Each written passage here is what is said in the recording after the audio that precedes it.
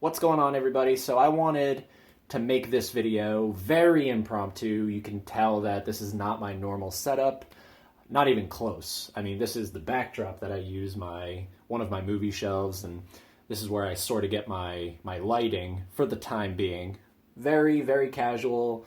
But I am on the floor. Like, I'm just literally sitting on the floor. Got the tripod holding the camera, and I got my trusty Mac in front of me.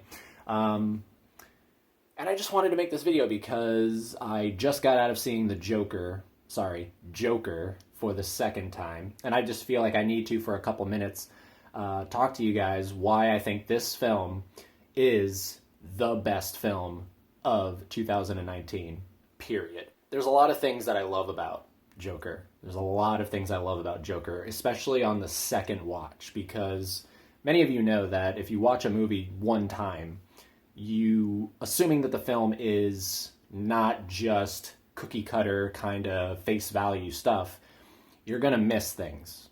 That's just the way it is. I mean, you can't catch every single thing.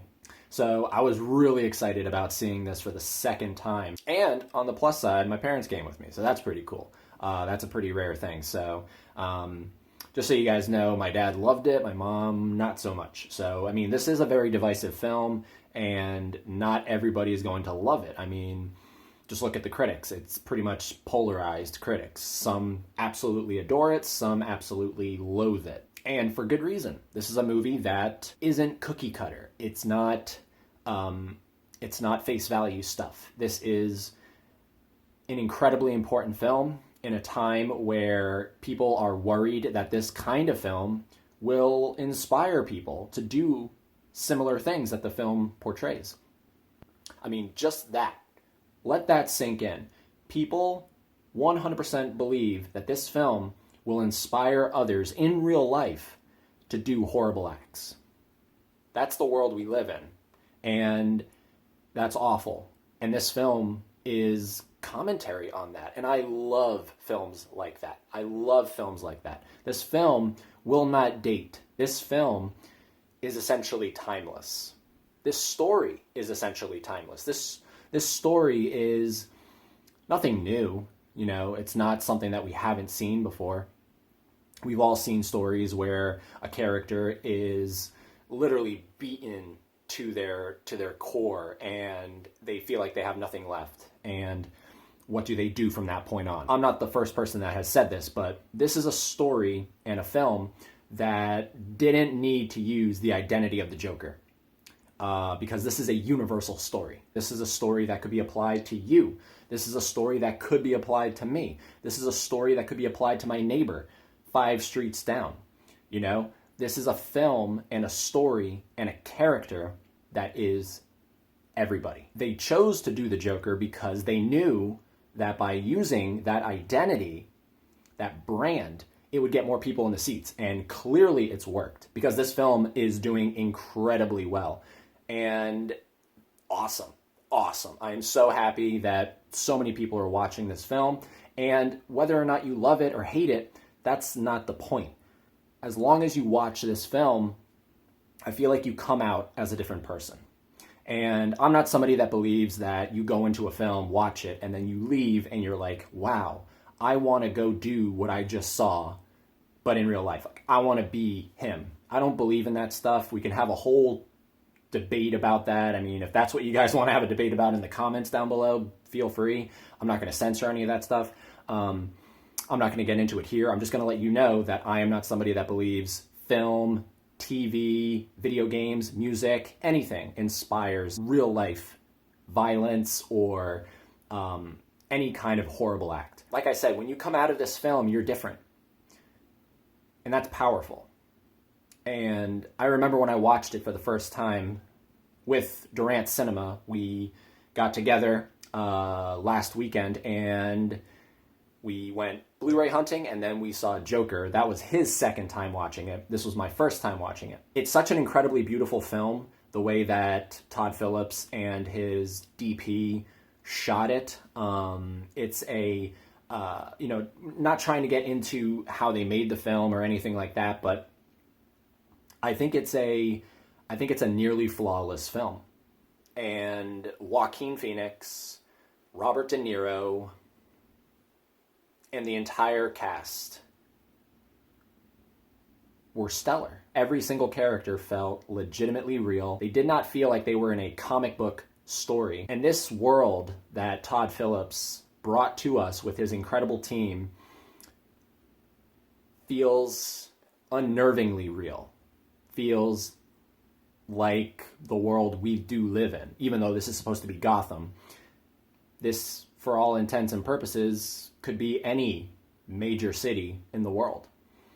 And because this film is so incredibly realistic, because this film does not censor itself at all, because this film goes for it and goes hard for it, you can't help but be invested in the story. Now, again, you might not like that story. You might not like this kind of really dark, depressing. This is a depressing film, absolutely. It's about a man who is driven to madness because of the world around him. But everything feels like it has stakes. Everything feels like it has stakes. Now, there's a lot of theories kicking around about this film, and again, if you want to talk about those in the comments, I'd be happy to chime in. Everything in this film is open to interpretation, and this film opens up so many ideas for theories that, again, that's another reason why this film is the best film of 2019. When you leave the theater, you're still thinking of the film. When I left that theater over a week ago, I never stopped thinking about Joker.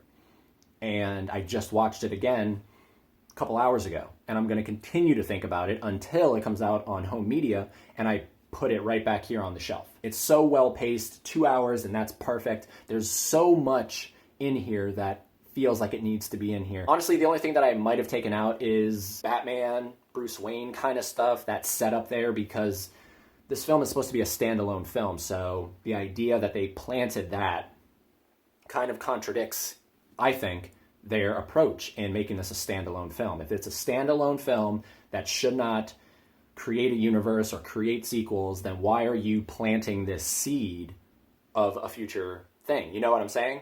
It's a weird thing. Look, I don't care what they say. If it's supposed to be a standalone film, it's show business.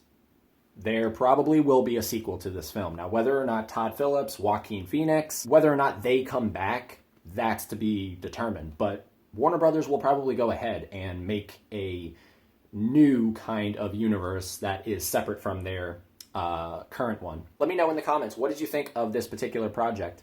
It's incredibly different from Todd Phillips' filmography, and I applaud him for that. I applaud him for stepping into incredibly different territory. Joaquin Phoenix, this is right up his alley, honestly. He's not somebody that does traditional films. This is probably his most mainstream film. And at the same time, it still doesn't feel mainstream. You know, it has that, oh man, like we're part of a special club here that's watching this film. You know, it's weird because this is a DC film. It's technically a DC film. This is a comic book film. It doesn't feel like it. And I loved that about it. I'm not a comic book movie guy. I'm really not. I don't go to them. I don't go to the Marvel stuff. I don't go to the DC stuff. It takes things like this that don't exist in that universe or that take a real different kind of approach to it. Then you'll probably get my ass in the seat. It worked for Deadpool. I was in the theater for Deadpool because it did something different. It was basically the same exact approach. It was the comic book movie, and they did it hard R. I'm somebody that really appreciates realism. I'm somebody that acknowledges we live in a fucked up world. And I love when my cinema displays that. You know, it's great to escape from it as well. And, you know, I mean, I got plenty of things on here that fit that criteria of escaping and going to a completely unrealistic world. But at the end of the day, I think I definitely prefer realistic films, as real as possible. The realer, the better. So anyways, guys, I could go on forever, and I don't want this video to go too long. So the point of the video was for me to tell you right now, and I don't normally do reviews. If you're new to my channel, you won't find many reviews. I used to do movie reviews, but then I kind of had an epiphany, and I've talked about this previously, so I won't go into it here, but I don't do movie reviews, and I don't even consider this a movie review. This is just me telling you, go give Joker a chance, and go see it again if you already have seen it.